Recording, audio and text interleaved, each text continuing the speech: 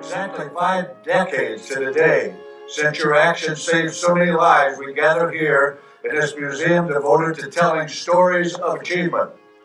A grateful city, a grateful state, a grateful nation thanks you and your 11th Armored Cavalry Warriors for your service.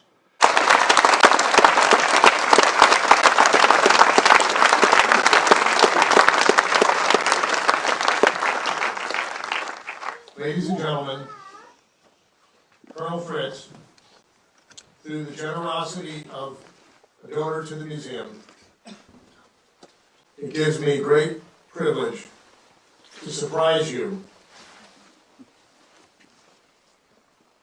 by bringing back 4 of the men whose lives you saved that day in Vietnam on this day. Ladies and gentlemen, please help me welcome from the 11th Armored Cavalry, the 1st Squadron, the 2nd Platoon, Specialist 5th Class, Doc Fabian.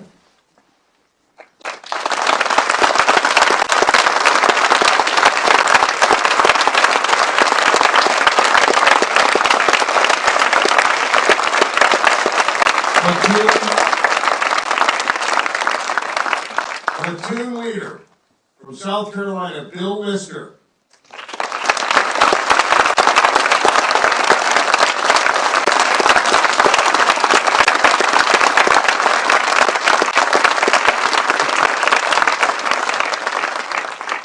E5 Sergeant from Michigan, Jim Caldwell.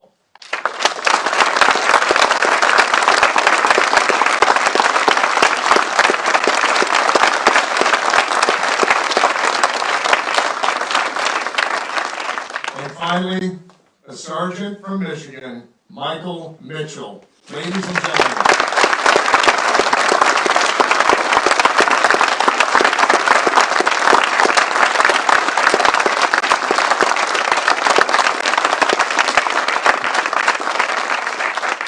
Please help me acknowledge 5 heroes from Vietnam 50 years later.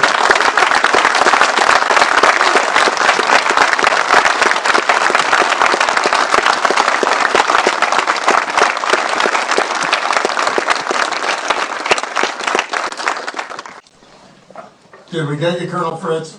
Yeah, you got me all right. You know, it's sometimes hard to trick me, and you did it this time. I can't believe it. This is a tremendous surprise. You know, it's great being here, especially with the men of the Black Horse that were there that day, that fought so bravely. Doc and I talked about it the night before, and we mounted up the next day to go out on patrol for the convoy. And who walks up? Lieutenant Fritz. He walks up to me and he says, "I'm going with you." I said, "Well, that's not necessary." I said, "Things have been pretty calm around here." And he goes, "No, I want to go with you." I said, "Well, okay." So we rearranged everything. I grabbed a couple folks, including Bill Lister and Doc Fabian, and I said, "You're going to be the platoon sergeant, Bill, and Doc, you're going to be the medic, man. We're going to go do it too. This is a routine run. We'll get up there, get it done, we'll get the convoy through. We won't have any problems."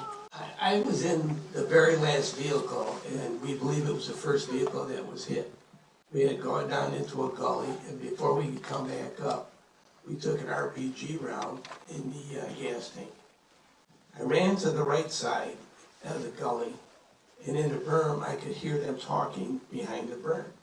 So I went back to the left side, and I could hear them talking on that side of the berm. So I said, this is not good at all. Right by the fuel tank, we took an RPG on the left side of the fuel tank, and it was on fire. And I was on fire, my face, my arms, I was thrown off the track.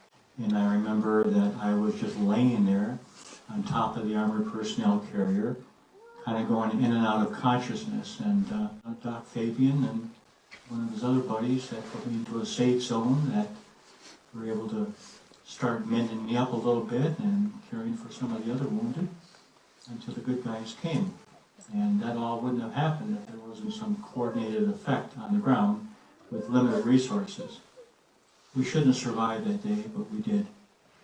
I have 2 children and 3 grandchildren that are legacy that you should remember, Hal, that would not be here if it wasn't for your action that day. So thank you, Hal.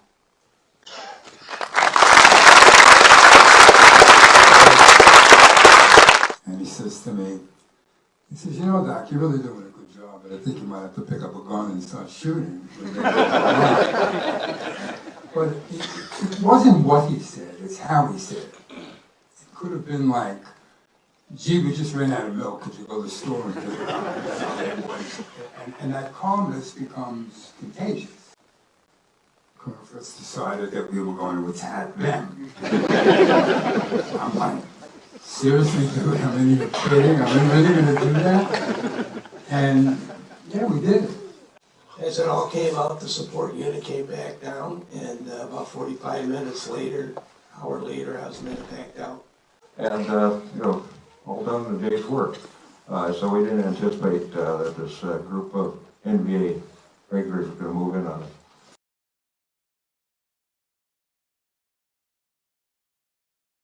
And there's not anybody that I know that wouldn't have followed him anywhere, wherever he went, no matter what the situation was. He just instilled that upon you. You believed in him, no matter what the situation was. Everything was going to be all right. You were going to be all right. Everybody else was going to be all right. And that's what he brought out in everybody. It demonstrated to me at that particular time how much he cared for us. He wasn't just an officer. He was there and really cared for the men that he was responsible for. Everybody respects Colonel Fritz, and it's just an honor to know him, and it was an honor to serve with him. Objects within collections are fairly useless without the stories that they tell. The stories are truly the objects. And it's absolutely amazing to see that 50 years after an amazing event, Colonel Fritz is still leading by allowing us to present objects that will continue to inspire our region, inspire our youth, and do the things that museums are supposed to do. The first object that I'd like to talk about is that amazing print, which would obviously illustrates that amazing day. It is an incredibly immersive image that transports the viewer to the place, which is the reason why we wanted to include it, of course. A note about the print, according to Colonel Fritz, everybody in that print is an actual person under his watch. It is estimated that about 60 million people have served in the American military. And most people agree that that's probably a low number. It's probably a little higher than that. Out of that 60 million, there are 3,522 recipients of that medal. And as John said earlier tonight, 74 are still alive. And one is here with us tonight. Absolutely amazing. Mike texted me this image shortly after we left, and he said, think I forgot something here. This was the telegram that Al's wife, Mary, received while she was back at home doing a different kind of hero's work. And of course, on the right, that amazing object that tells the real story. That is the lighter that is in his shirt pocket. And I believe, Colonel Fritz, it had fallen out and you retrieved it a day later. It was a gift from his wife, as he said, and it was placed in front of his heart as that bullet bit into his body. It's just an amazing story.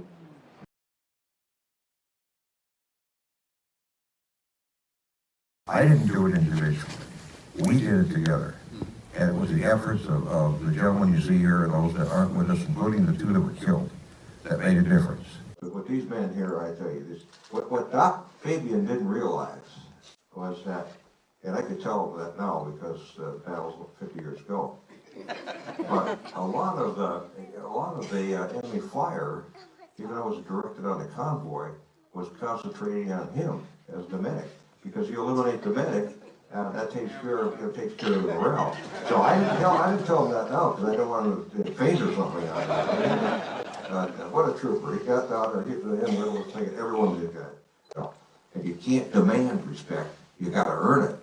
When I first got to Vietnam in a tank platoon, the tank platoon leader, we stopped the vehicle as we were stopped for the march, and I got off the vehicle to check the track tension. And one of the crew members said, "Lieutenant, what are you doing?" I said, "Well, checking the track tension." And he said, "But you're the platoon leader." I said, "But I'm also a crew member. We do crew maintenance. So you never ask your people to do something you would do yourself." Happy to be with these individuals, and I couldn't ask for a better group of individuals to face the enemy with or to serve with as these gentlemen to my left. And again, it's the team that makes the difference. It's the team that provides the effectiveness for success rather than failure. Recipients wear the Medal of Honor not for themselves, but we wear that as messengers to tell America the importance of our men and women that have served and that are serving and will serve in protecting the freedoms that we enjoy.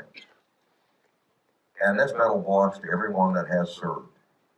And any of the recipients will stand here and tell you the same thing. And I told the young group that I would hope to see the end of war, the end of conflict. And that money that we spend preparing for war, going to war, could be used for such things as finding a cure for cancer, taking care of the homeless, working on education.